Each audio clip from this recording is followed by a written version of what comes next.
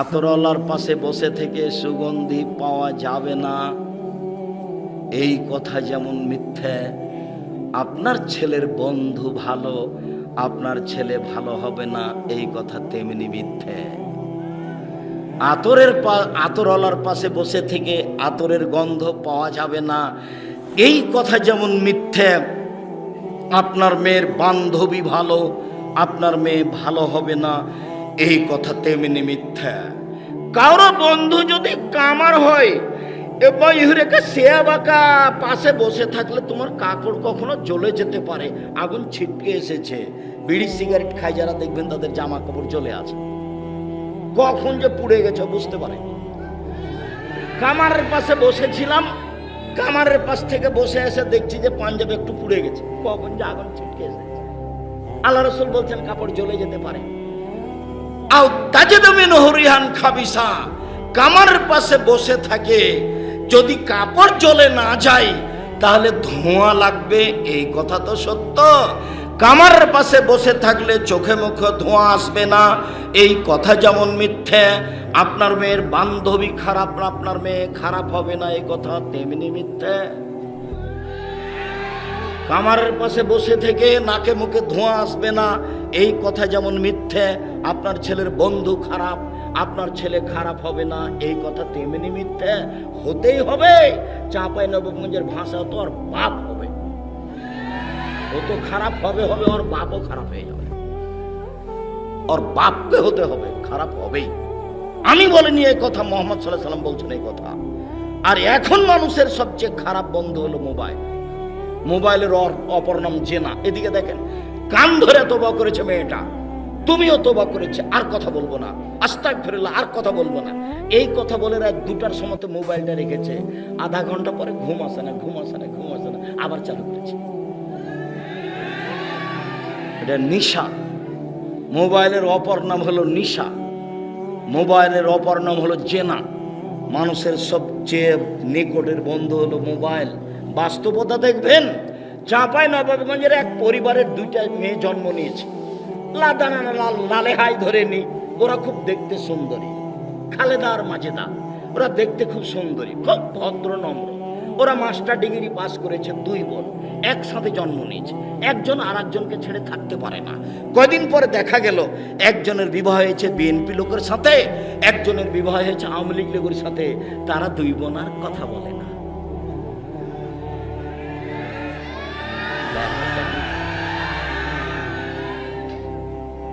চাঁপাইনবাবগঞ্জের ভাষাতে বলে সঙ্গ দোষে লোহা ভাসে। চাঁপাইনবাবগঞ্জের ভাষাতে বলে সঙ্গ দোষে লোহা ভাসে, এই কথা আল্লাহর নবী নিজেও বলছেন। এদিকে দেখেন কুল্লু মৌলুদ্দিন ওলাদাল ফেতরা। প্রত্যেকটা ছেলে মেয়ে ইসলামী ধারণ ক্ষমতায় জন্মগ্রহণ করেছে। আমি মুসলিম ছেলে, আমি প্যান্টটা টাকনোর উপরে রাখতে পারবো, রাখলাম না কেন? আমি দাড়ি ছেড়ে দিতে পারবো, আমি কাটলাম কেন? মেয়েটা মাথায় কাপড় দিতে পারবে, তো দিল না কেন? মেয়েটা বোরখা পরে আসতে পারবে, নগ্ন পোশাক পরে আসলো কেন? আল্লাহ নবী বলছেন ওর মা আসতে বলেছে, আল্লাহ নবী বলছেন ওর বাপ আসতে বলেছে, সেই জন্য এসেছে। প্রত্যেকে ইসলামী ধারণ ক্ষমতা নিয়ে জন্মগ্রহণ করেছে। তার বাপ মা তাকে ইহুদি করেছে, তার বাপ মা তাকে খ্রিস্টান করেছে, তার বাপ মা তাকে আগুন পূজক করেছে। বাপ মা যেমন হয়েছে ছেলে মেয়ে তেমনি ভাবে গড়ে উঠেছে। বাপ মা যেমন হয়েছে ছেলে মেয়ে তেমনি ভাবে গড়ে উঠেছে। তাই তো চাঁপাইনবাবগঞ্জের ভাষাতে বলে সঙ্গ দোষে লোহা ভাসে। পরিবারের দায়িত্ব পালন করেন, উপদেশ বইটা পড়েন, আদর্শ পরিবার বই পড়েন, আদর্শ নারী বই পড়েন, আব্দুল্লাহ আম্মার বইগুলি। কেন এই নির্যাতন, কি তার প্রতিকার, কেন হব অবরোধ বাসাইনি, সমঅধিকার চাই, সমঅধিকার চাই না মর্যাদা চাই, মর্যাদা চাই সমঅধিকার নয়। এগুলো দেখুন, আমাদের দিনী ভাই বোনদের কল্যাণে এগুলি করা হয়েছে। সম্মানিত দিনী ভাই বোন, আজকের আলোচনার শেষের অংশে এসে বলছি, একটা লোক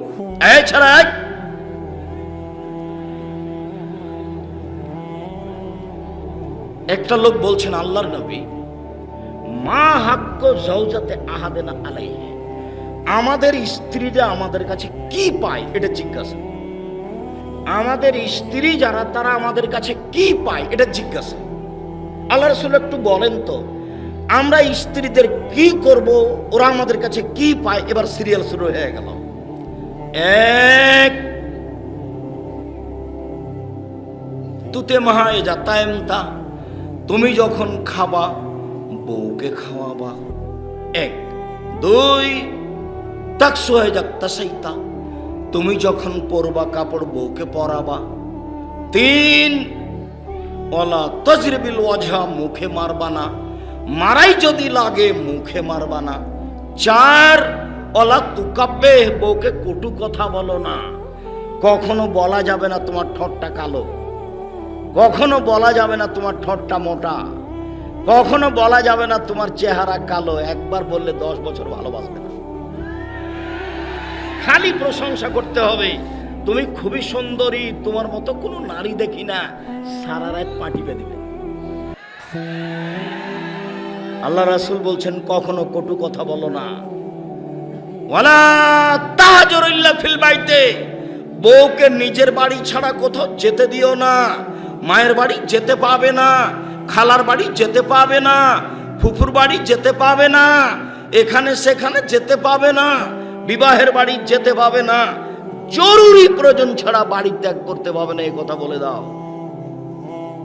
আয়েশা রাদিয়াল্লাহু তাআলা এখানে থাকেন স্বামীর বাড়িতে, আর বাপের বাড়ি হলো ওইটা, এখানে দেখা যাচ্ছে একটু দূরে। তা আয়েশা বলছেন, আল্লাহর নবী, এই পরিস্থিতিতে আমি আমার আব্বার কাছে যেতে চাচ্ছি। যাও। আয়েশা কম বয়সের মেয়ে, ঝামেলা বেঁধে গেছে, বদনাম, এর জন্য বাপের বাড়ি যাবে, স্বামীকে না বলে যেতে পারছে না। আয়েশা রাদিয়াল্লাহু তাআলা আনহা বাড়ি থেকে বের হতেন না। আপনার স্ত্রী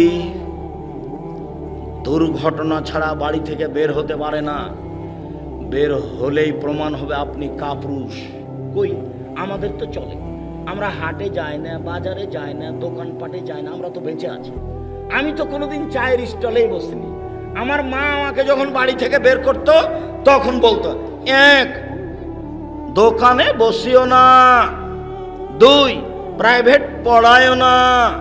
তিন, কারোর সাথে বন্ধুতালি করো না। চার, মানুষের বাড়িতে দাওয়াত খায়ও না। এই চারটা বলতেন, কিন্তু একটার ব্যাখ্যা করতেন, বাকি বলতেন না। একটা বলতেন, দেখো কারোর সাথে যদি বন্ধুতালি করো তাহলে একদিন বন্ধুত্ব নষ্ট হয়ে যাবে, ও পেটে ছুরি দিয়ে পালিয়ে যাবে,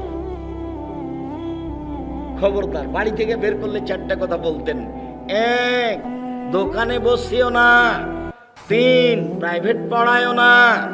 চার, বন্ধুতালি করো না। পাঁচ, মানুষের বাড়িতে দাওয়াত খায়ও না। এভাবে বলতেন। আর যত ফকির বাড়িতে আসতো ভিক্ষা চাইতে, সবাইকে বলতো আমার ছেলের জন্য একটু দোয়া করে। যত ফকিরকে ভিক্ষা দিত। আমার মায়ের এই দুটা গুণ আমি খুব ভিন্নভাবে বুঝতে পারি। সম্মানিত দিনী ভাই, মা ভালো হলে পরিবার ভালো হবে, এই কথাই ঠিক। আব্দুল্লাহ খুব শক্তভাবে বলছে, জেরুজালেমের এই অবস্থা ঠেকাতে হলে আবার সালাহুদ্দিন আইয়ুবের মতো ছেলে জন্ম দিতে হবে। যাকে আপনি জন্ম দিয়েছেন সে হলো বড় ডাক্তার, পিজি হাসপাতালের ডাক্তার, ও প্রেসক্রিপশন মিথ্যা করে লেখে, ও ধোঁকাবাজ, ও ড্রেনে পড়ে মরু। ও দিয়ে জাতির ক্ষতি হয়, ও দিয়ে জাতির ক্ষতি হয়, ও দিয়ে জাতি ক্ষতিগ্রস্ত হয়।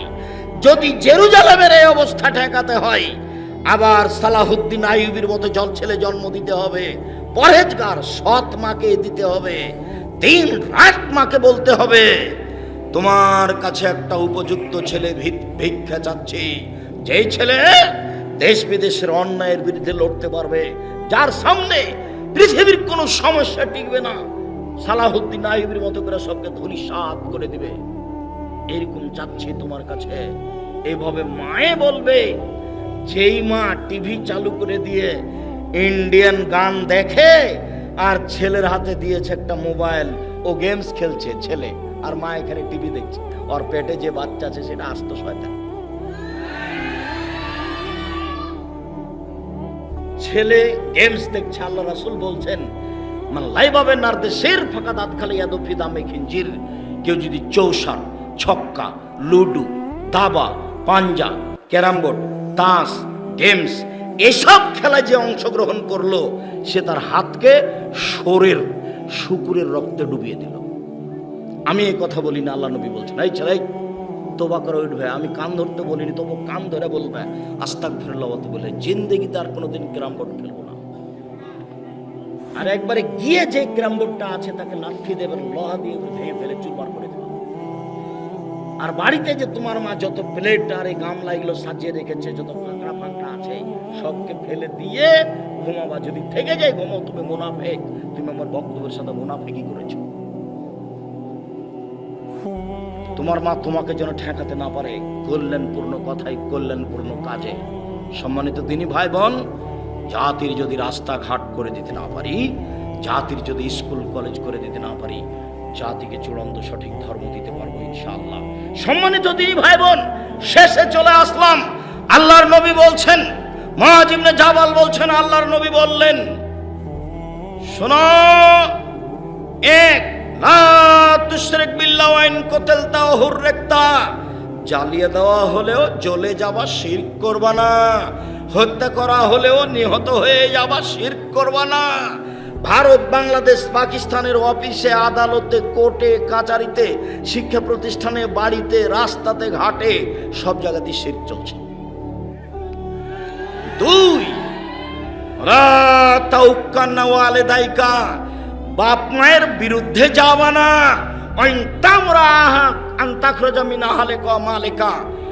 মায়ে যদি বলে বউকে তালাক দিতে হবে, দিয়ে দাও। মায়ে যদি বলে চাকরি ছেড়ে দিতে হবে, ছেড়ে দাও। এই ছেলে দেখবা, বাপ মায়ের কথা মানাটা দেখবা, দেখো তো তোমার মনে পড়ে কিনা। এদিকে দেখো, এদিকে দেখো, কে বাড়িতে আছে? জি না। কোথায় গেছে? শিকার করতে গেছে। কখন আসবে? সন্ধ্যায় আসবে। কেমন আছো? খুব একটা ভালো নেই। ও আচ্ছা আচ্ছা আচ্ছা আচ্ছা আচ্ছা, ঠিক আছে। আসলে সালাম দিও, চৌকাট পাল্টে দিতে বলিও। সন্ধ্যার সময় এসেছেন ইসমাইল আলাইহিস সালাম। কি ব্যাপার, কেউ এসেছিল নাকি? জি, একজন বৃদ্ধ মানুষ এসেছিলেন। কি বললেন? সালাম দিয়ে বললেন বাড়িতে আছে। আমি বললাম নেই। কোথায় গেছে? শিকার করতে গেছে। কখন আসবে? সন্ধ্যায়। কেমন আছো? আমি বললাম খুব একটা ভালো নেই। উনি কি বললেন? বললেন যে আসলে সালাম দিও, চৌকাট পাল্টে দিতে বলিও। ওহো, তিনি আমার আব্বা, তিনি ইব্রাহিম আলাইহিস সালাম। তিনি তোমাকে তালাক দিতে বলে গেছেন। ইলহাক ইলাহালেক, তুমি তোমার বাপের বাড়ি চলে যাও। কত বড় চাকরি, দেখার সুযোগ নেই। কত বড় সুন্দরী, ভাবার সুযোগ নেই। আমার বাপ যা বলেছেন তাই হবে, 19-20 হবে না। বাপের কথা, মায়ের কথা। আল্লাহ রাসূল বলছেন চাকরি ছেড়ে দিতে বললে ছেড়ে দাও, বউ তালাক দিতে বললে দাও। পরামর্শ দেওয়া যেতে পারে, আম্মা একটু ধৈর্য ধারণ করেন, আম্মা মেয়েটা ভালোই আছে, আমি আশা করছি আপনাকে মূল্যায়ন করবে, করতে পারে। তুমি পরামর্শ দিতে পারো।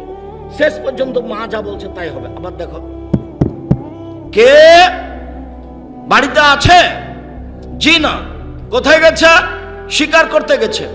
কখন আসবে? সন্ধ্যায় আসবে। কি কেমন আছো? ভালোই আছি আলহামদুলিল্লাহ। কি খাও? আল্লাহ আল্লাহ, পানি আর গোশত, আর কিছু নাই, পানি আর গোশত। বারাকাল্লাহু ফি লাহমিকা ওয়াল মাইকা, তোমাদের পানিতে গোশতে আল্লাহ বরকত দান করুক। আচ্ছা ঠিক আছে, আসলে সালাম দিও, চৌকাট বহাল রাখতে বলিও। সন্ধ্যার সময় চলে এসেছেন। কি ব্যাপার, কেউ এসেছিল নাকি?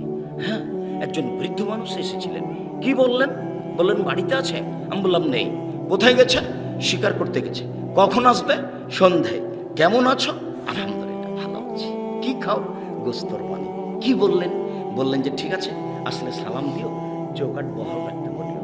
ও, তিনি আমার আব্বা ইব্রাহিম, তিনি তোমাকে স্ত্রী হিসেবে বহাল রাখতে বলেছেন। আমার আব্বা যাহাই বলেছেন তাহাই হইবে। এর নাম বাপ মায়ের অনুগত। বাপ মায়ের অনুগত হও। শোনো, একদিন তুমি ছিলে তোমার মায়ের কোলে, পেশাব পায়খানা তোমার মা পরিষ্কার করতে থাকে, ভারী লাগেনি। এখন তোমার মা তোমার কোলে, তোমার বোনেরা শ্বশুর বাড়ি চলে গেছে, লন্ডন আমেরিকায় থাকে, তোমার মাকে তারা দেখতে পারবে না। আর তোমার বউ তোমার মাকে সাধারণত দেখতে পারবে না, এই জন্য যে তোমার মা দিন রাত তোমার বউকে গালি দেয়, আর খালি বলে বাড়ি থেকে বেরিয়ে যাও, বাড়ি থেকে বেরিয়ে যাও, বাড়ি থেকে বেরিয়ে যাও। সন্ধ্যার সময় তুমি এসে বলছো, কি ব্যাপার, আমার আম্মার কাপড়টা তুমি পরিবর্তন করনি? আমার মা সকালে পেশাব করেছে, ভিজা কাপড়ে আছে। তখন তোমার বউ বলছে, তোমার মাকে তুমি দেখো গা। তোমার মা অকথ্য ভাষা মাকে গালি দেয়, তোমার মাকে দেখবো মানে? তোমার কিছু করার নেই। পেশাব করাবা তুমি, পায়খানা করাবা তুমি, গোসল দেওয়া তুমি, কাপড় পরিবর্তন করাবা তুমি, কাপড় খেঁচে দিবা তুমি, মেডিকেলে নিয়ে যাবা তুমি, গায়ে তেল দিয়ে দিবা তুমি। একদিন তুমি ছিলে তোমার মায়ের কোলে, এখন তোমার মা তোমার কোলে। তোমার মার যা প্রয়োজন অক্ষরে অক্ষরে তুমি তাই করবা, এরই নাম মাকে সম্মান করা। তোমাকে বলে গেলাম, কোনোদিন বাপ মাকে ভারী মনে করবে না। ঘুম থেকে উঠে দেখবা সবচেয়ে বড় শত্রু আমার মা। মুখ খুলতে বাবা না। তোমার মা তোমার বিরুদ্ধে বলছে, কথাই ঠিক। তোমার মা তোমার বউয়ের বিপক্ষে বলছে, কথাই ঠিক। তোমার মা তোমার বউকে দিন রাত গালি দিচ্ছে, কথাই ঠিক। তোমার মা সবই উল্টা কাজ করছে, কথাই ঠিক। তারপরে তুমি মুখ বলতে পারো না। রাজশাহীর মেয়র একদিন ডাঙ্গিপাড়া গেছে, তো শাহ মকদম থানার ওসি, এদিকে আমার দিকে দেখেন, ওসি মেয়রের সামনে এভাবে দাঁড়িয়েছে, দেখো তো, এভাবে বলছে, স্যার এখন আমরা কি করবো স্যার? তার পাশে বসে আছি, যে ব্যাপারটা কি রে, এটা তো বাপ মায়ের কাছে, এইটা কেন এখানে? আমি তো অবাক হয়ে গেলাম। আল্লাহ বলছেন, বাপ মায়ের কাছে জোরে হেঁটে যাওয়া যাবে না, বাপ মায়ের কাছে বাহু উঁচু করে কথা বলা যাবে না, বাপ মায়ের কাছে উঁচু কণ্ঠে কথা বলা যাবে না, বাপ মায়ের সামনে বলা যাবে না, তোমাকে যেতে বললাম না, নিষেধ করলাম তবুও গেছো, কোন প্রকার চলবে না। 5 ওয়াক্ত সালাতের বিবরণ এত দেওয়া হয়নি, অথচ ইবাদতের জগতে সবচেয়ে ভিন্ন ধরনের ইবাদত কি? নামাজ। এরপরে কোরআনে এত শক্ত বিবরণ আসেনি। বাপ মায়ের যখন কথা এসেছে, তুমি অক্ষরে অক্ষরে কিভাবে তার সামনে হেঁটে যেতে হবে এটা এসেছে, হাতখান তেমন কেমন থাকবে এটা এসেছে, কণ্ঠটা কেমন হবে এটা এসেছে, একটু জোরে বলতে পাওয়া যাবে না এটা এসেছে, একবারে বিস্তারিত এসেছে। তার নাম বাপ। তো ওসি এভাবে আছে, স্যার এখন আমরা কি করবো স্যার? আর দৃশ্য দেখে অবাক হয়ে গেছে, কিরে এ তো বাপ মায়ের সামনে, এইটা কেন এখানে? তার মানে সমাজে মানুষ এভাবে মূল্যায়ন করে, কিন্তু আসলে কাকে মূল্যায়ন করতে হবে? মাকে, বাপ মাকে। আল্লাহ কথা বলছে, মায়ের পায়ের নিচে জান্নাতে, হাদিস ঠিক। মায়ের দিকে সুনজরে কবুল হজের সমান নেকি হবে, এই কথা মিথ্যা। মায়ের দিকে তাকালে শোনা হয় কবুল হজের সমান নেকি হবে, এটা মিথ্যা। মায়ের পায়ের নিচে জান্নাত, এ কথাই ঠিক। বাপ মার সেবা করে জান্নাত পেল না, তার ভাগ্য দুর্ভাগ্য, এ কথাই ঠিক। বাপ মাকে মূল্যায়ন করলে জান্নাত হবে, এ কথাই ঠিক। পরিস্থিতি খুবই জটিল, এরপরেও বাপ মাকে মেনে চলতে হবে, এ কথাই ঠিক। মনে হচ্ছে যে ওরা মরে না কেন, ওদের আর অত্যাচার সহ্য করতে পারি না। টাকা দিয়ে গেছি সন্ধ্যার সময়, মা এই টাকাটা একটু ফলমূল কিনা খাবেন। ঢাকায় গিয়ে জিজ্ঞাসা করছি, তো বলছে, বেটা টাকাটা তোর বোনের ছেলেকে দিয়ে দিই। অবাক কথা, টাকা দিয়ে গেলাম আমি আপনাকে ফল খাওয়ার জন্য, সকাল হতে না হতে আপনি আমার বোনের ছেলেকে দিয়ে দিলেন। ওরা কি ভিক্ষা করে খায় নাকি? না বেটা, না বেটা, না বেটা, বলিস না বেটা, দিয়েছি যা দেবেন তাই দিয়ে। ও আপনার বোনের ছেলে, তার কাছে আপনার ছেলের চেয়ে অনেক প্রিয়। আপনি দেখবেন এখনই আপনি কালকে একটা বড় মাছ বাজারে কিনেন, দিয়ে আপনার ছেলেকে আর আপনার বোনের ছেলেকে একসাথে বসান, আপনার মাকে বলেন যে মাছ তুলে দেন, দেখবেন আপনার ভাগনার প্লেটে বড় মাছটা দিয়েছে। দেখেন আপনি পরীক্ষা করুন, এখন আপনি কি করবেন? একেবারেই পরিবেশ উল্টা, তবু আপনি মুখ খুলতে পাবেন না। আল্লাহ বলছেন, নবী বলছেন, মুখ খোলা যাবে না, তার নাম বাপ মা। হত্যা করা হলেও শিরক করবা না, জ্বালিয়ে দেওয়া হলেও শিরক করবা না। বাপ মা যদি তালাক দিতে বলে বউ তালাক দিয়ে দাও, চাকরি ছাড়তে বললে চাকরি ছেড়ে দাও, যা বলছে তাই মানো, এইভাবে মানো। 3, কখনো ফরজ সালাত ছেড়ো না। 4, ইয়াকল মাসিয়াতা, পাপ থেকে বেঁচে থাকো, জেনা করো না, পাপ থেকে বেঁচে থাকো, জুলুম করো না, দলীয় ক্ষমতা দেখে কাকে জেলে দিও না, দাঙ্গাবাজি করো না, রাহাজানি করো না, নিজে উপার্জন করো, চুপচাপ থাকো। আমি দিন মজুরি করে খাই, বাস। 2 জন যেখানে বসে আছে সেখানে আমি নেই, আমি মানুষের বাড়িতে কাজ করে খাই। আরে মানুষের বাড়িতে কাজ করে খাবো কেন? চাঁপাই নবাবগঞ্জের মানুষ বাগানে রাম বিক্রি করে দেশের সবচেয়ে বড় ব্যবসা করব, আমিও বলছি ব্যবসা করব। আমি যখন বহির্বিশ্বে যাই তখন কোন বাঙালির কাছে গিয়ে বলি বাড়ি কোথায়, বলে ব্রাহ্মণ বাড়ি। আমার পিছে পিছে দৌড়ায়, কি লাগবে বলেন। একটা চাঁপাই নবাবগঞ্জের লোক পায় না, বলে ওরা কি করে, বলে ওরা মাস্টারি করে। তো মাস্টারি করে কি করে, বলে 25 দিনে বেতন শেষ হয়, 5 দিন কিভাবে চলে, ধার কর্জ করে চলে। তো যখন বেতন পাই তখন ধার কর্জ পরিশোধ করতে গিয়ে আবার পরের মাসে 25 দিনে শেষ। তখন মায়ে বলে আমাকে টাকা দিলে না বেটা এই মাসে। মা এই মাসে তো পানো না, তো সামনে মাসে দেখি, সামনে মাসে জিনিসের দাম বেড়ে গেছে। এই ছেলেকে আর উপকার করতে পারবে? উপকার করতে হলে কি করতে হবে? ব্যবসা। টাকা উপার্জন করব ঘুমের ঘরেও, মানুষকে উঠানো নামানোর জন্য টাকা খরচ করব না, অসহায় মানুষের পাশে দাঁড়াবো, এই জন্য টাকা ইনকাম করছি। বাপ মায়ের চাচা চাচির পাশে দাঁড়াবো, এই জন্য টাকা ইনকাম করছি। পাড়ার অসহায় মহিলার সহযোগিতা করব, এই জন্য টাকা ইনকাম করছি। ঘুমের ঘরেও ব্যবসা করব। আল্লাহ রাসূল বলছেন আর তাজেরা সাদেকুনিল মেত ইয়াউমুল কিয়ামাহ সিদিকা ওয়াশহুদাল আম্বিয়া, সত্যবাদী ব্যবসায়ী জান্নাতের নবীদের সাথে থাকবেন। নেন এবার। আর বলছে জমি চাষ করো না। আল্লাহ রাসূল জমি চাষ করলে অন্তর শক্ত হয়ে যায়, জমি চাষ না যায় না, তবে ভালো না। আল্লাহ রাসূল ব্যবসা করতে বলছেন, বলছে সত্যবাদী ব্যবসায়ীরা নবীর সাথে থাকবে জান্নাতে, হাদিস শরীফ। তো পাপ থেকে বেঁচে থাকো। পাপ যদি করো ব্যবসা মায়ের খাবে, পাপ যদি করো চাকরি চলে যাবে, পাপ যদি করো রুজি কমে যাবে। যত সমস্যা নেমে এসেছে সংসারে সব পাপের কারণে। আমি বলিনি, এ কথা মুহাম্মদ সাল্লাল্লাহু আলাইহি ওয়াসাল্লাম বলেছেন। ব্যবসা মার খেয়েছে পাপের কারণে, চাকরি চলে গেছে পাপের কারণে, লাভ হয়নি পাপের কারণে, ক্ষতিগ্রস্ত হয়েছে পাপের কারণে। আল্লাহ রাসূল এভাবে বলছেন, ওয়াইকর মাসিয়াতা ফাইনাল মাসিয়াতা আল্লাহ সাকাতুল্লাহ, পাপ থেকে বেঁচে থাকো। পাপ হলে আল্লাহর অসন্তুষ্টি নেমে আসবে, সবকিছু ক্ষতিগ্রস্ত হয়ে যাবে। তারপরে বলছেন আনফিকালা ইয়ালিক মিন তালিক, উপার্জন করে ছেলে মেয়েকে পড়াও। উপার্জন করেই ছেলে মেয়েকে পড়াতে হবে, শিক্ষা দিতে হবে। মেয়ে কোনোদিন গার্মেন্টসে যেতে পারে না, বাপ কাজ করে খাবে, ছেলে মেয়েকে খাওয়াবে। যেদিন বাপ কাজ করতে পারে না সেদিন ভিক্ষা করে খাওয়াবে। যেদিন বাপ মা কাজ করতে পারে না সেদিন ছেলে মেয়েকে বাপ মা কি করে খাওয়াবে? ভিক্ষা করে খাওয়াবে। তবুও ছেলে মেয়ে টোকাই হতে পাবে না, তবুও ছেলে মেয়ে গার্মেন্টসে যেতে পাবে না। কেন? ও বাপ। আর শেষ পর্যন্ত উপার্জনের পথ হলো শেষে গিয়ে ভিক্ষা। আল্লাহ নবী বলছেন ছেলে মেয়েকে উপার্জন করে খাওয়াতে হবে, পড়াতে হবে, এটা বাপের জিম্মেদারি। তারপরে বলছেন ওয়ালা তারফুহানু মাসাকা আদাবান, পরিবার থেকে লাঠি উঠিয়ে নিও না। একবার বলছেন পরিবার থেকে লাঠি উঠিয়ে না, একবার বলছে লাঠিটা দরজায় ঝুলিয়ে রাখো।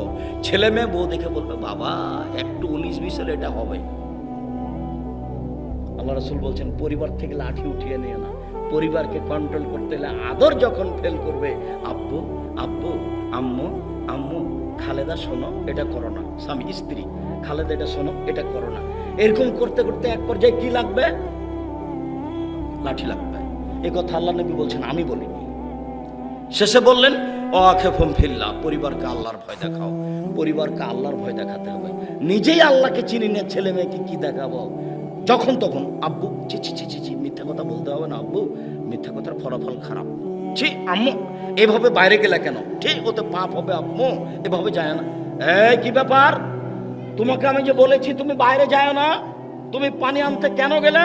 দেখো আমি তোমার স্বামী বলছি আমি কাজ করে তোমাকে খাওয়াতে পারি, এর পরে যদি তোমাকে এভাবে চলতে দেখি, তোমার পিঠের চামড়া তুলে দেবো, তার নাম স্বামী। আপনাকে জেলায় জেলায় পাড়ায় পাড়ায় থানায় ওথায় দিন প্রচার করতে যেতে হবে না, এটাই ঠিক। এমন কোন মায়ের বেটা আছে এদেশের মাটিতে যেটা প্রমাণ করতে পারে আমার ভেতরে খুব শক্ত অবস্থান কাজ করে। সরিষা সম পরিমাণ দুর্বলতা আমার কাজ করে না। ক্লাসে ঢুকলে আমার একটা শক্ত অবস্থান কাজ করে, আমার ভিতরে কোনো সময় দুর্বলতা কাজ করে না। প্রতিষ্ঠানের ব্যাপারে আমার কোনো দুর্বলতা কাজ করে না। আমি কাজে সফল হবই হব ইনশাআল্লাহ। আমি জাতিকে ফাঁকি দিই না, 10 পয়সার ক্ষতি করি না, ধর্মের নামে মিথ্যা কথা বলতে জানি না। দুইজন যেখানে বসে আছে সেখানে আমি বসতে চাই না। আপনাকে আমি বলেছি জীবনে 4টা কাজ করবেন। 1, 5 ওয়াক্ত সালাত, নামাজ পড়বেন, এর সাথে কোনো আপোষ নাই। 2, হালাল রুজি খাবেন যে কোনো মূল্যে। 3, কোরআন মাজিদ পড়বেন, অন্তত সূরা ইখলাস। কিছুই যদি পড়তে না পারেন তো সূরা ইখলাস 3 বার পড়ে বলবেন আল্লাহকে, এই যে আমি কোরআন মাজিদ পড়েছি। 4, দুইজন যেখানে বসে আছে সেখানে বসবেন না, যার নাম আড্ডা পিটা। দোকানে বসে আছেন, টুপি মাথায় দিয়ে ল্যাংটা মেয়ে নাচছে, আপনি ভালো মানুষ, এটা কে বলেছে আপনাকে? আপনি খারাপ, আপনি ঘৃণিত মানুষ, আপনি নোংরা মানুষ, আপনি ইতর শ্রেণীর মানুষ। তোমার বাপ একটু বলুক না যে আমি দোকানে বসে থাকি, টুপি মাথায় দিয়ে ল্যাংটা মেয়ে নাচে, আমি ভালো মানুষ। দেখি তোমার বাপের সাহস কতটুকু। তোমার বাপ মধ্যে বসে থাকে আর তোমরা 2 ভাই 2 দিকে বসে থাকো, কানে ইয়ারফোন লাগা আছে, ইন্ডিয়ান গান চলছে, আর তোমার বাপ বলছে আমার ছেলেরা পড়াশোনা জানে। তোমার বাপের ছেলেরা ছাই জানে। তোমাকে আর তোমার বাপকে সবাইকে যদি আমি মূর্খ প্রমাণ না করতে পারি, আমি জাতির সামনে বক্তব্য দেব না। আল্লাহ রাসূল বলছেন ইয়ানজিলুল জাহাল ইরফল এল, বিদ্যা উঠে যাবে, মূর্খতা বেড়ে যাবে। বিদ্যা উঠে যাবে, মূর্খতা বেড়ে যাবে। 20 বছর পূর্বে এত অঞ্চলে যা শিক্ষিত ছিল এখন তার চেয়ে বেশি। তাহলে কি আল্লাহ নবী মিথ্যা কথা বলেছেন? আল্লাহ নবী যে বলেছেন যে বিদ্যা বেড়ে যাবে, আল্লাহ নবী যখন বিদ্যা উঠে যাবে মূর্খতা বেড়ে যাবে, এখন যে দেখছি বিদ্যা বেড়ে চলেছে মূর্খতা কমে গেছে, তাহলে কোনটা হলো? আল্লাহ নবী কি মিথ্যা কথা বলেছেন? তো আমি বললাম যে বুঝতে পারলাম না কি ব্যাপার। চাঁপাই নবাবগঞ্জ জেলার একটা মেধাবী ছেলে, এরা পড়াশোনা ভালোবাসে, বিদেশে যায় না, চাকরি করা ভালোবাসে, ব্যবসা করে না। তো বেশ ভালো, খুব মেধাবী ছেলে, বাহির থেকে পড়াশোনা করে এসেছে, ঢাকা পিজি হাসপাতালের ডাক্তার, 3 লক্ষ টাকা বেতন। সেদিন এসেছে বাড়িতে, গ্রামের বাড়িতে। তো গাড়ি থেকে নামলো, দেখলাম প্যান্ট পরে আছে, প্যান্ট টাকনোর নিচে আছে, গলায় টাই আছে, দাড়ি চাঁচা আছে, হাতে সিগারেট আছে। এইভাবে বড় ডাক্তার গাড়ি থেকে নামলো। কিছুক্ষণ পরে দেখা গেল তার স্ত্রী, আপনার বৌমা গাড়ি থেকে নামলো, গায়ে হালকা হালকা কাপড় আছে।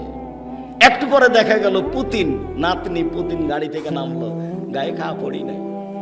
একটু পরে দেখা গেল গাড়ির পিছন দিকে কুকুর আছে। বলেন আপনার টাকা পয়সা আপনার কাজে এসেছে না ভুলে গেছে?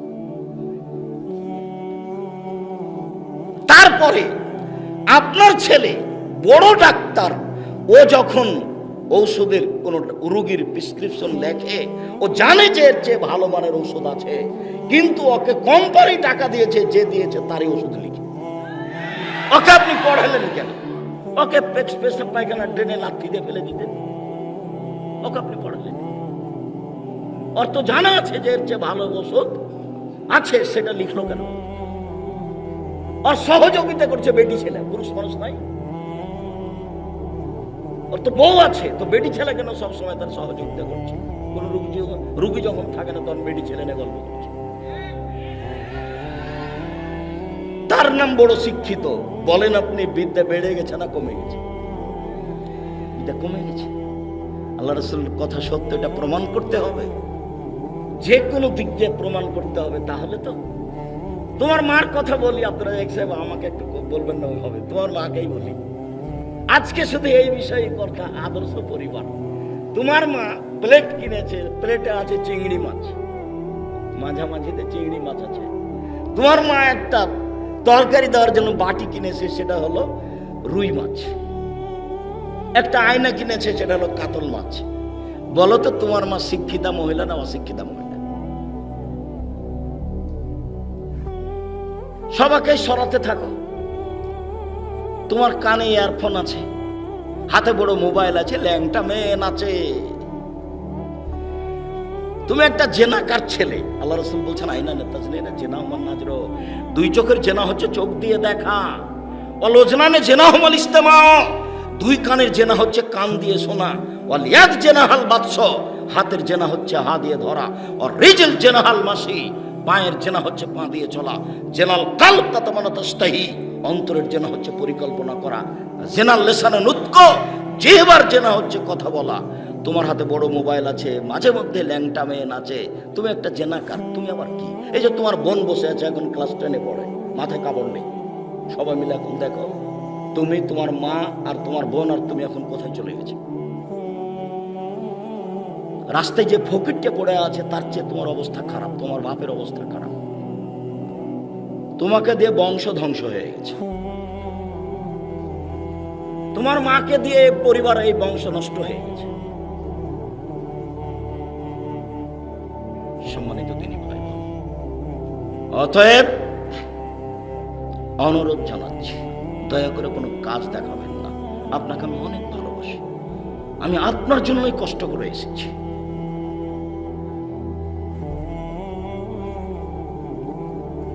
আবু হুরায়রা রাদিয়াল্লাহু তাআলা আনহু বলেন, লোকমান হাকিম তার ছেলেকে বলেন, আব্বু শিরক করো না, দুনিয়াতে শিরক সবচেয়ে বড় অপরাধ। গলায় মাদুলি ঝুলালে শিরক হয়, হাতে তাবিজ ঝুলালে শিরক হয়, অষ্টাধাতুর আংটি থাকলে শিরক হয়, হাতে বালা তামার থাকলে বা রাবার থাকলে শিরক হয়, চোখের কসম করলে শিরক হয়, মায়ের কসম করলে শিরক হয়, মসজিদে গিয়ে কসম করলে শিরক হয়, ছেলের মাথায় হাত দিয়ে কসম করলে শিরক হয়, তুলসী গাছ তুলে ফেলা যায় না বললে শিরক হয়, গরুকে লাথি মারা যায় না বললে শিরক হয়, চুলহাতে আখ হাতে পা দেওয়া যায় না বললে শিরক হয়, কুলার উপরে পা দেওয়া যায় না বলে শিরক হয়। তোমার মা চাউল ঝাড়ছিল, তো তোমার ছেলে দৌড়িয়ে গিয়ে কুলাতে চড়ে নিয়েছে, তখন তোমার মা বলছে, হাট ঘিন ঘেনা কুণ্ডের কুলাতে পা দিতে হয়। এই কথা বললো কেন তোমার মা? দেশ ট্রাভেলস গাড়ি ঢাকা থেকে ছুটেছে, সন্ধ্যা হয়েছে, চট করে আলো দিয়ে দিয়েছে। এই শোনো সুপারভাইজার, আলো দিলে কেন?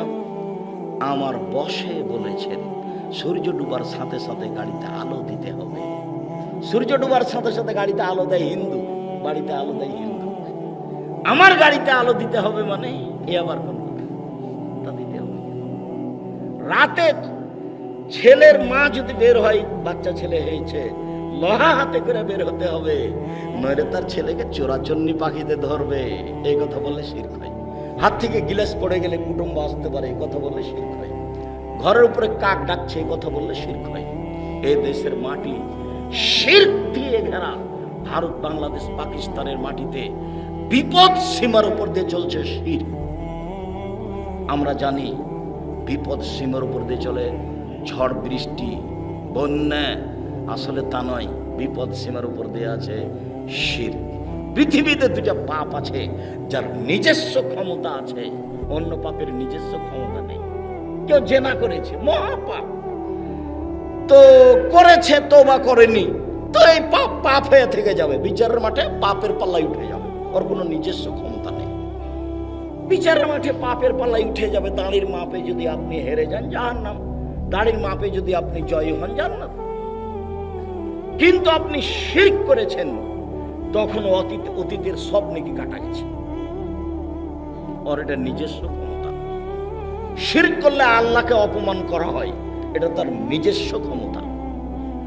শিরক করলে অতীতের নেকি নষ্ট হয়ে যায়, এটা তার নিজস্ব ক্ষমতা। বিদআত করলে ইবাদত কবুল হয় না, এটা তার নিজস্ব ক্ষমতা। বিদআত করলে রাসূলকে অপমান করা হয়, এটা তার নিজস্ব ক্ষমতা। মাঝাবি ভাইয়েরা তো বেদাত করে করে, হানাফিদের ঘরে ঘরে রগে রগে ঢুকে আছে বিদাত। লোকটা মরে মরে যান যায় যায়, লোকটা মরে মরে যান যায় যায়, পাশে কোরআন মাজিদ পড়ছে, এটা বিদাত। সূরা ইয়াসিন পড়ছে, এটা বিদাত। মরার সাথে সাথে ওকে কেবলামুখী করে দিয়েছে, এটা বিদাত। এরপর একে গোসল দেওয়া হবে, তাই পেট চেপে পেশাব পায়খানা বের করছে, নখ কাটছে, নিচের লুম পরিষ্কার করছে, গোপ সাফ করছে, এগুলো সব বিদাত। মরে গেছে, ঝামেলা শেষ। আর এখন নখ কাটতে পাওয়া যাবে না, এখন মুখ ছোট করা যাবে না। এগুলো শ্বাস থাকলে হতো, শ্বাস শেষ হয়েছে, এগুলো শেষ হয়ে গেছে। 3 কাপড় দিতে হবে মহিলাদের, 5 কাপড়ের হাদিস ঠিক নয়। 3 কাপড় পুরুষ নারী সবাই। লাশটাকে বসিয়ে সইয়ে দিয়ে 2 দিক থেকে উঠিয়ে দিতে হবে। লাশকে সামনে রেখে বক্তব্য দিতে হবে, এটা বিদাত। লাশ আগে যাবে, সবাই পিছনে যাবে, এই হিসাব বিদাত। লাশ তার গতিতে যাবে, আমরা তার গতিতে যাব। লাশ না রাখলে আমরা কেউ বসতে পাবো না, এটা বিদাত। তারপরে মানুষ অনেক, ডালিতে করে কিছু মাটি নিয়ে সবার হাতে ছয়ে দিতে হবে, এটা বিদাত। লাশটাকে সরাসরি চিৎ করে রেখে দিতে হবে, এটা বিদাত। হাতটাকে বুকের ওপরে রাখতে হবে নামাজি দেখানোর জন্য, এটা বিদাত। পাশে রেখে দিতে হবে। লাশকে একবার ডান কাতে রেখে দিতে হবে। মাটি দেওয়ার পরে খেজুরের ডাল পুঁতে দিতে হবে কল্যাণের আশায়, এটা বিদাত। সবাই মিলে হাত তুলে দোয়া করতে হবে, এটা বিদাত। পানি ছিটিয়ে দিতে হবে, বালু বালু হলে ছিটাতে হবে, এমনিতেই পানি ছিটাতে হবে, এটা বিদাত। সেদিনই মানুষকে খাওয়াতে হবে, এটা বিদাত। নির্ধারিত দিনে তাকে মানুষকে খাওয়াতে হবে, এটা বিদাত। রমজান মাসে হুজুরকে খাওয়াতে হবে বাপ নামে, এটা বিদাত। বিদাত শুধু খালি এই মমর্ষ ব্যক্তিকে লক্ষ্য করে 241টা বেদাত আছে। যাওয়ার সময় দেখতে মেরে একটা বই, মমর্ষ হতে কবর পর্যন্ত, ওটা আপনার জন্য লেখা আছে। চাঁপাইনবাবগঞ্জের মহিলাদের জন্য লেখা আছে, সম অধিকার নাই মর্যাদা চাই। বইয়ের নাম সম অধিকার নাই মর্যাদা চাই। চাঁপাইনবাবগঞ্জের মহিলাদের জন্য লেখা আছে, কেন হবো অবরোধবাসিনী। রোকিয়া লিখেছে অবরোধবাসিনী। আরে আমরা অবরোধবাসী মানে কেন আমরা অবরোধবাসিনী হব? চাঁপাইনবাবগঞ্জের মহিলার জন্য লেখা আছে, শিক্ষা বনাম জাহেলিয়াত। অন থেকে নিয়ে উপর পর্যন্ত যত ক্লাসে যত গল্প দেওয়া আছে, প্রায় সবই গল্প না, মিথ্যা, প্রতারণা, ধোঁকাবাজ। লেখকই জানে না বিদ্যা কাকে বলে, ও কি লিখবে বই? সেই জন্য বইয়ের নাম শিক্ষা বনাম জাহেলিয়াত। মহিলাদের জন্য লেখা, জাতির কল্যাণ, জাতির পরিবর্তন ঘটাতে চাই মুখে কলমে মিডিয়াই। দিনরাত জীবন বাজি রেখে চেষ্টা চালিয়ে যাচ্ছে। সম্মানিত দিনী ভাই বোন, পৃথিবীতে সবচেয়ে বড় পাপ শিরক। শিরক করলে আল্লাহকে অপমান করা হয়। শিরক করলে অতীতের নেকি নষ্ট হয়ে যায়। বিদাত করলে রাসূলকে অপমান করা হয়। বিদাত করলে ইবাদত কবুল হয় না। হজ করতে যাবেন, উমরা করতে যাবেন, যখন বিমান জিদ্দায় নামতে যাবে তখন বলবে বৈমানিকের পক্ষ থেকে, আপনারা এহরাম বাঁধুন, এহরাম এহরাম। তখন এহরাম বাঁধতে হবে। আপনি ঢাকা হাজি ক্যাম্পে যদি এহরাম বাঁধে দেখেন হজ বাতিল হয়েছে, হজ হয়নি, আবার করতে হবে। বিদাত হলে ইবাদত কবুল হয় না। হুজুর মুআল্লিম বলছে যে মুআল্লিম বলুক, আমি মুআল্লিম নই। আমি আব্দুর রাজ্জাক বিন ইউসুফ বলছি, আপনি ঢাকায় এহরাম বেঁধেছেন, সেই জন্য আপনি বিদাত করেছেন, আপনার হজ কবুল হয়নি। এ কথাই চূড়ান্ত। এখান থেকে ফিরে আসার কোনো পথ নেই। রাসূলের পদ্ধতিতে আসতে হবে, তার নাম বিদাত। সম্মানিত দিনী ভাই বোন, বিশেষভাবে চাঁপাইনবাবগঞ্জ জেলার দিনী বোনেরা, আপনি বৈঠকে ধর্মের নামে যত কথা বলেন, আমার বুঝে তার শতকরা 70% মিথ্যা আছে। আপনি ওখান থেকে ফিরে আসেন। বিসমিল্লাহ বললে এতে নাকি হতে, আপনাকে কে বলেছে? নামাজ পড়লে মহিলাদেরকে ল্যাঙ্গট করে পড়তে হবে, এটা কে বলেছে? বুবু, যখন নামাজে দাঁড়াবা বাবু, 2 পায়ের মধ্যে ফাঁকা রাখে না বাবু, পায়ের গোড়ালি জমা করে দাঁড়ায়। লজ্জা স্থানের যোগাযোগ বাবু তাহলে মাটির সাথে হবে, মাটি অভিশাপ করবে। ছি ছি ছি ছি ছি। লজ্জা স্থানের যোগাযোগ মাটির সাথে হবে, এই জন্য মাটি অভিশাপ করবে। ধর্ম পাগল হয়ে গেছে। धर्म राजशाही चांपाइनबाबगंज हवाई लड्डू दोनों हाथ में लड्डू है, चाहे उसको खा ले, जो चाहे उसको छोड़ दे। बोल हिसाब तुम्हें কে শিখালো এটা? কে শিখালো এটা? 27 রমজানে রোজা, 27 রজবে রোজা করতে হবে তোমাকে কে বলেছে? কিয়ামত পর্যন্ত সময় থাকলে এমন কোন মায়ের বেটা জন্ম নিয়েছে ইতিহাসের পাতায়, ভবিষ্যৎ অতীতে, যে প্রমাণ করতে পারে 27 রজবে রোজা থাকতে হবে? রোজা থাকতে হবে শাবান মাসে বেশি বেশি, বৃহস্পতিবার সোমবার রোজা থাকতে হবে, প্রতি মাসে 3টা থাকতে হবে। রজবে কি করে গেল? 27 রজবে মেরাজ হয়েছে সেজন্য, এই কথা তোমাকে কে বলে দিল? যাক, আমি আজকে ওই দিকে সময় কাটাতে চাচ্ছি না। আলোচনা ছিল আদর্শ পরিবার। তোমাকে বলছিলাম তুমি আমার দিনী বোন, আপনাকে বলছি আপনি আমার দিনী বোন। আপনার জন্য যথাযথভাবে কল্যাণ আমি কামনা করি। আপনি আমাকে ভালো মূল্যায়ন করেন আর না করেন, প্রথমত আপনি মুসলিম মহিলা হিসাবে আপনাকে আমি আন্তরিকভাবে ভালোবাসি। দ্বিতীয়ত আপনি চাঁপাইনবাবগঞ্জ জেলার মহিলা হিসাবে, আমি একজন চাঁপাইনবাবগঞ্জের মানুষ হিসাবে, জেলার মানুষ হিসেবে আপনাকে আমি অতিরিক্ত ভালোবাসি। আল্লাহ আপনাকে কবুল করুন। সম্মানিত দিনী ভাই বোন, লোকমান হাকিম বলেন, আব্বু আকিমিস সালাহ, সালাত আদায় করো। লোকমান হাকিম ছেলেকে বলছে, আপনি বাপ হিসাবে ছেলেকে বলবেন আব্বু সালাত আদায় করো। আল্লাহ রাসূল বলছেন, মৌরু আওলাদাকুম বিসসালাত ওয়াহুম সাবিসিনী, না, ছেলে মেয়েকে আদেশ করো 7 বছর বয়সে সালাত আদায় করতে। আম্মু তোমার বয়স এখন 7 বছর, সালাত আদায় করো। আব্বু তোমার বয়স এখন 7 বছর, সালাত আদায় করো। ওয়াদরিবুহুম আলাইহিম আবনা আশিরা সিনিয়া, পিটিয়ে সালাত আদায় করো যখন বয়স 10 বছর। মসজিদে যাবেন তখন ডেকে যাবেন, এসে দেখছেন মসজিদে যায়নি, তখন ভাই তুই মসজিদে যাসনি? না, দাঁত খুলে দেবো একবার। ও বেটাতে চাঁপাইনবাবগঞ্জ বাজারে জিনিস বিক্রি করতে গিয়ে 500 টাকা ভুল করে চলে এসে সারাদিন ওকে গালি দিচ্ছে, তোকে বাড়ি থেকে বের করে, তোকে বাড়ি থেকে বের করে। তুই কি বুঝিস? তুই কি ধ্বংস করে আসলি? ছেলে একটু ভুল করলে সারাদিন বাপে গালি দেয়। আর নামাজ পড়তে যায়নি, বাপ চুপচাপ আছে। কত সুন্দর বাপ! ও বাপ নয়, ও হলো চাচা। ও বাপ নয়, হলো সৎ বাপ। ছেলে তুমি বুঝতে ভুল করেছো, তোমার বাপ নয়, সৎ বাপ। 15 বছর বয়সে যে ছেলে নামাজ পড়ে না তার বাপ বেঁচে আছে, এ কথা মিথ্যে।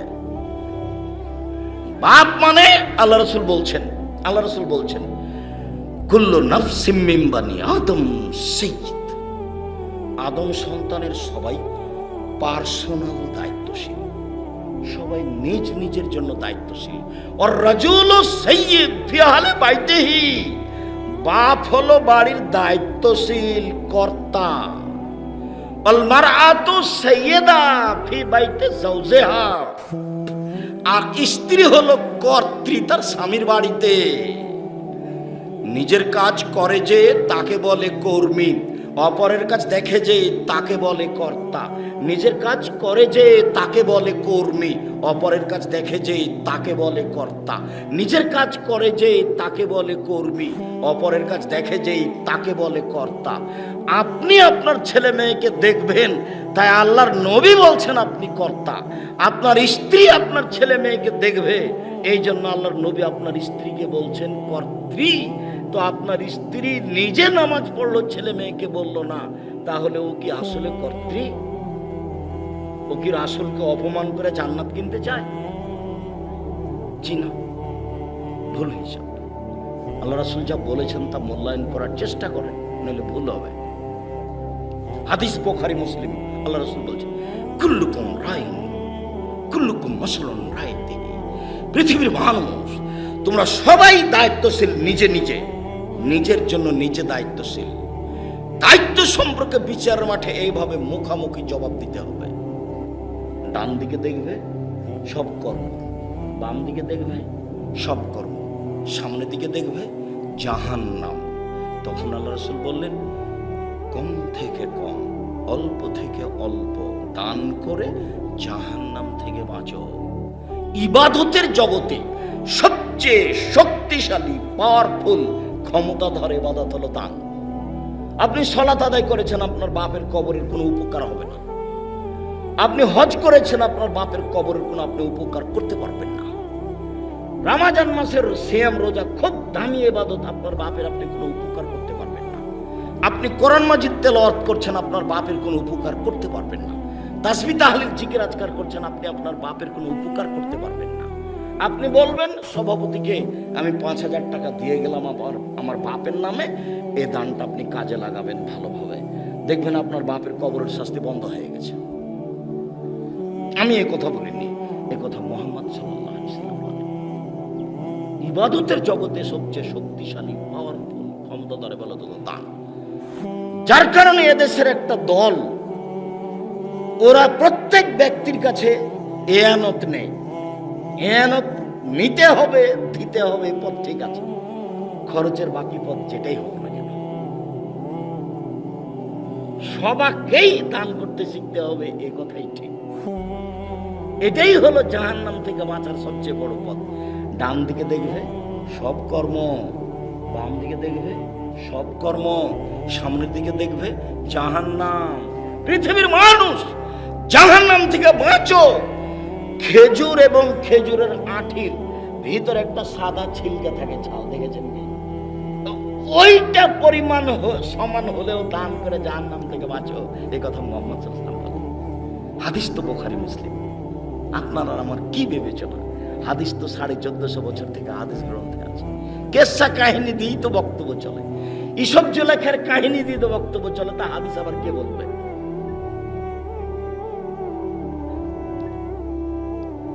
বৎস আব্বু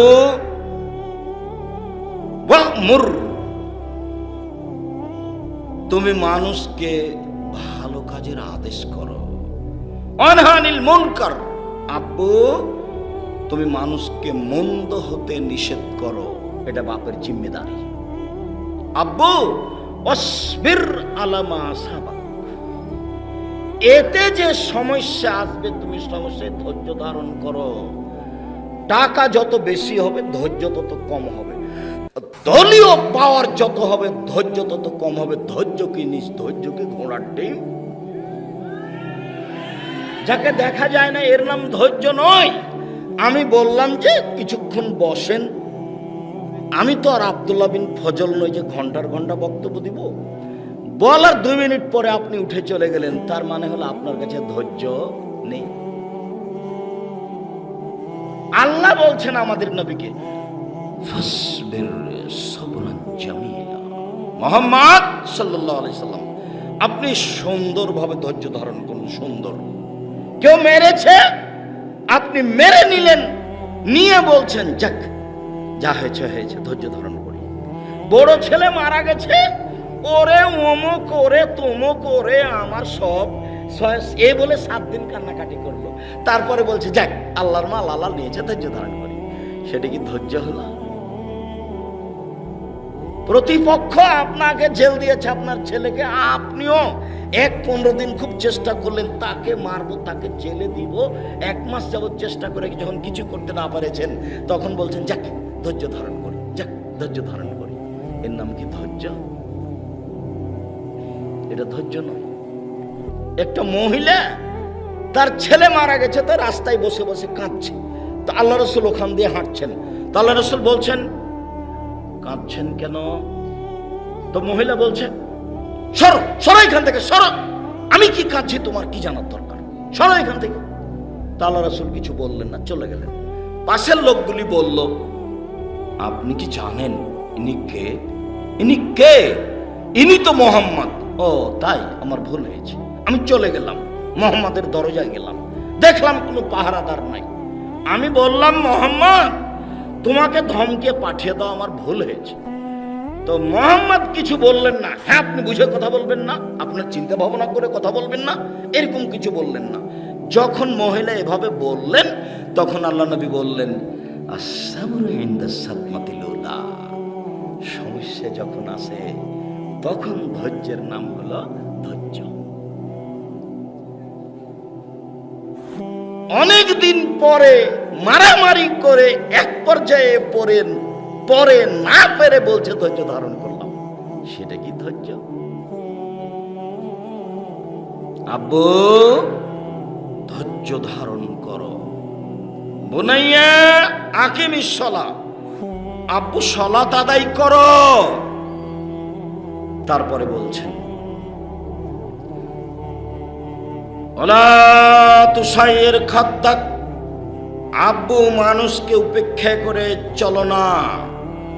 ওলা তামশি ফিল আরদে মারাহা, আব্বু জনসমাজে অহংকার করে চলো না।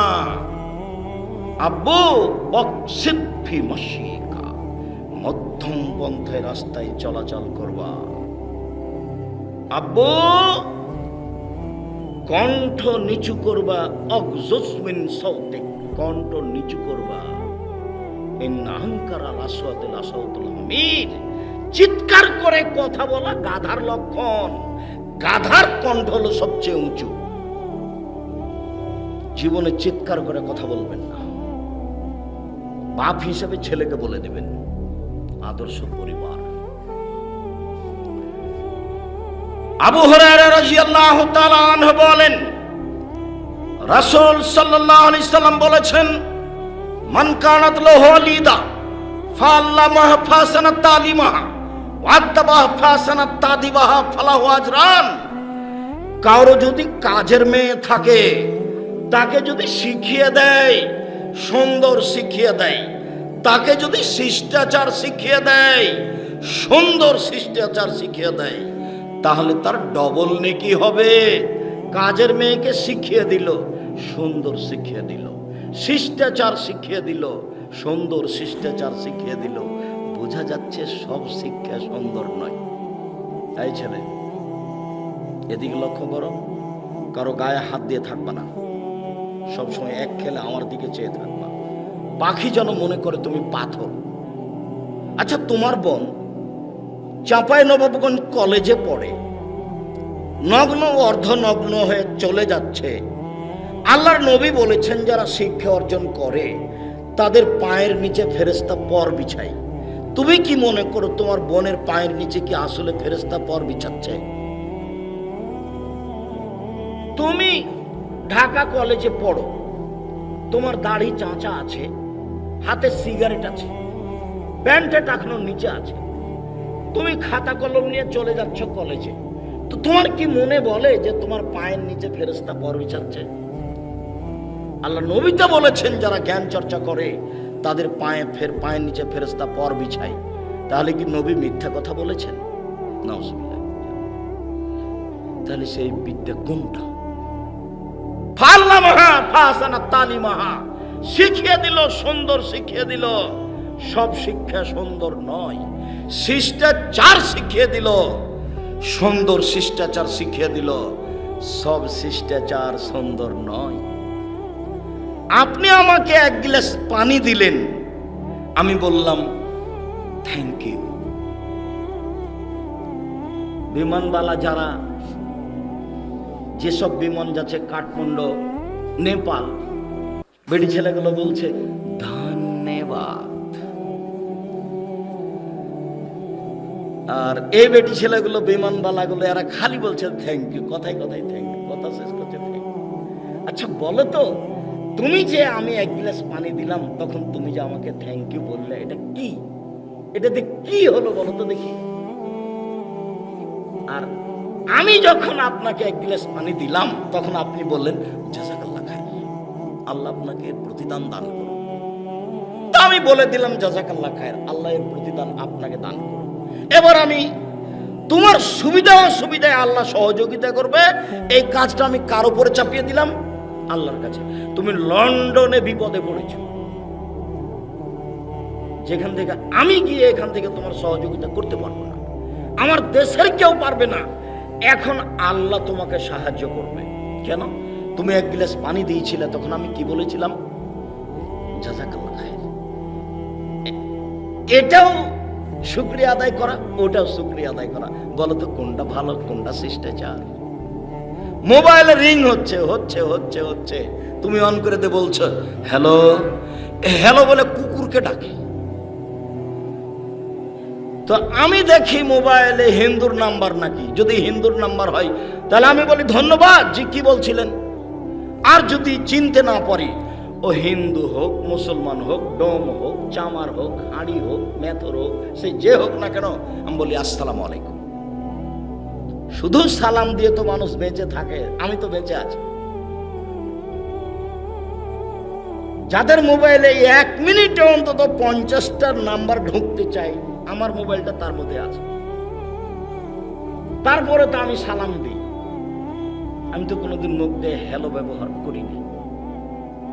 শিষ্টাচার শিখিয়ে দিল, সুন্দর শিষ্টাচার শিখিয়ে দিল। আমি যখন আপনার বাড়ি থেকে বের হই, তখন আপনি বলেন tata bye bye, tata bye bye. এটাতে কি, এটা কি বলো তো দেখি, এটাতে কি হতে পারে? আপনি যখন আমার বাড়ি থেকে বের হচ্ছেন, তখন আমি বলছি আস্তাগফিরুল্লাহ দীনাকা ওয়া আমানাতাকা ওয়া কিরামালিকা যাওয়াদাকা লাউ তাকওয়া গাফারা যামবাক ওয়া ইয়াসসাকাকাল খায়রা হাইসুমা কুনতা। চাচা, আপনার সব কিছুকে আল্লাহর কাছে গচ্ছিত রাখলাম। আল্লাহ আপনাকে ক্ষমা করুক, আল্লাহ আপনাকে নিরাপত্তা দান করুক। আপনি যেখানেই থাকেন না কেন, আপনি যেন নিরাপদে থাকেন, এই বলে আপনাকে বিদায় দিলাম। কোনটা শিষ্টাচার ভালো? শিষ্টাচার শিখিয়ে দিল, সুন্দর শিষ্টাচার শিখিয়ে দিল, ডবল নেকি পাবে। বাপ বুঝতে পারলো না শিষ্টাচার কাকে বলে, মা বুঝতে পারেনি শিষ্টাচার কাকে বলে। দুইজনই চলছে নিজের গতিতে। বাপে বিবাহ দিয়েছে তাই বউয়ের কাছে গেছে, তাই ছেলে হয়ে গেছে। ও কি জানে শিষ্টাচার কাকে বলে? চাঁপাইনবাবগঞ্জ বাড়ি হলে শিষ্টাচার জানা থাকবে? জি না, ভুল হিসাব। তোমার মা দরজাটা বন্ধ করতে জানে না। তোমার মা তোমার বাচ্চার ছেলেটাকে পায়জামা পরাতে জানে না। কোন পা আগে পরাতে হবে তোমার মা কোনোদিন খেয়াল করে। প্যান্টটা নিচের দিক কেটে টাকানোর উপরে করতে হবে, এটা তোমার মা কোনোদিন দেখেনি। দরজাটা বন্ধ করার সময় বিসমিল্লাহ বলতে হবে, এটা তোমার মা কোনোদিন বিসমিল্লাহ বলে দরজা বন্ধ করেনি। তোমার বাপ মায়ের সংসার চলছে পশু প্রাণী, গরু ছাগলের মতো। কষ্ট হয়, কষ্ট হলে কিছু আসে যায় না, কিছু করার নেই, ঘটনা এটাই। তোমার মা তোমার ছোট ভাই বোনকে দুধ খাওয়ায়, বিসমিল্লাহ বলে না। যতবার তোমার মা তোমার ছোট ভাই বোনকে দুধ খাওয়াচ্ছে, ততবার বিসমিল্লাহ বলতে হবে তোমার মাকে, নইলে এই দুধ শয়তান খাবে, নিশ্চিত খাবে, অবধারিত খাবে। আল্লাহর নবী বলেছেন খাবে, অতএব এই দুধ শয়তান খাবেই খাবে। এই ছেলে, কোন ছেলে আপনার পাশ থেকে উঠতে চাইলে আপনি এটা ঠেকাবেন। ও আরো 5 জনের পরিবেশ নষ্ট করে, ক্ষতি করে। আপনাকে আবারও বলছি, আপনি ধৈর্যের পরিচয় দিবেন। কোনো বাচ্চা ছেলে পাশ থেকে উঠতে চাইলে তাকে ঠেকানোর চেষ্টা করবেন। আরেকজনের সহযোগিতা করেন, নিজে কথা শোনেন, আমাদেরও সহযোগিতা করেন। শিখিয়ে দিল সুন্দর শিষ্টাচার, শিখিয়ে দিল বিদ্যা, শিখিয়ে দিল সুন্দর বিদ্যা, শিখিয়ে দিল শিষ্টাচার। উপস্থিত বৈঠকের দিনই মুসলিম বোন, এই মেয়ে কথা বলছো কেন? তোমাকে তো বললাম যে মুখ বন্ধ করো। আপনি মহিলা মানুষ, আপনার গায়ের ওপর দিয়ে যদি কেউ চলে যায় মুখ খুলবেন না, অন্তত আজকে তো। আপনার গায়ের উপর দিয়ে চলে যায়, যাক, আপনি মুখ খুলবেন না, একবারে মুখখান বন্ধ করেন। এবার আমি আপনাকে বলছি, উপস্থিত বৈঠকের মুসলিম বোন, আপনাকে খাস করে বলছি, আর আপনারা শুধু খালি শুনবেন। জাবের বলছেন, একদা আল্লাহর নবীর সাথে আমরা যুদ্ধ করে আসছি, আমরা এখন মদিনায় ঢুকবো। তো আল্লাহ রাসূল বলছেন, এই থামো থামো থামো থামো, সবাই এখানে থাকো, আমরা রাতে এখানে থাকবো, সকালে মদিনায় ঢুকবো। তা আমি জাবের বললাম, আল্লাহর নবী, আমি নতুন বিবাহ করেছি, আমাকে বাড়ি যেতে অনুমতি দেন। তখন আল্লাহ রাসূল বলছেন, ও আচ্ছা আচ্ছা, বিক্রা নাম তাইয়্যিবা, তুমি বিবাহ করেছো তালাক প্রাপ্তা মেয়ে বিবাহ করেছো না কুমারী মেয়ে বিবাহ করেছো? তো সাহাবী বলছেন, তাইয়্যিবা, তালাক প্রাপ্তা মেয়ে বিবাহ করেছি। আল্লাহ রাসূল বলছেন, আরে হাল্লা বিক্রাম তুলাইব কা, তুমি কুমারী মেয়ে কেন বিবাহ করলে না? তুমি তার সাথে খেলতে, ও তোমার সাথে খেলতো। আরে তুমি কুমারী মেয়ে কেন বিবাহ করলে না? তুমি তার সাথে খেলতে, ও তোমার সাথে খেলতো। আরে তুমি কুমারী মেয়ে কেন বিবাহ করলে না? তুমি তার সাথে খেলতে, ও তোমার সাথে খেলতো। আল্লাহ নবীর নিজে একজন মাত্র কুমারী মেয়েকে বিবাহ করেছেন, সবারই বিবাহ হয়েছে 2 বার 3 বার করে, কারো 2 বার কারো 3 বার। তার মধ্যে ওনার কাছে সবচেয়ে দামি মানুষ যিনি, তার বিবাহ আগে হয়েছে 2 বার। বলেন তো তিনি কে? তিনি খাদিজা রাদিয়াল্লাহু তাআলা। আমি আলোচনাতে আয়েশাকে সবচেয়ে সম্মানী দেখিয়েছি, কিন্তু বিবরণে বোঝা যায় সবচেয়ে দামি মহিলা হলেন খাদিজা রাদিয়াল্লাহু তাআলা। 1 মিনিট মধ্যে চলে আসলাম কিছু কথা বলার জন্য। এই ছেলে, তোমাকে আবারও বলছি, কারো গায়ে হাত দিয়ে থাকবে না, এদিকে চেয়ে থাকো। 2 জনের 1 মিনিট কমবেশ মান দেখাচ্ছি। আল্লাহ নবী বলছেন, আয়েশা আয়েশা হাজা জিবরাইল ইকরাইকা আলাইকা সালামা।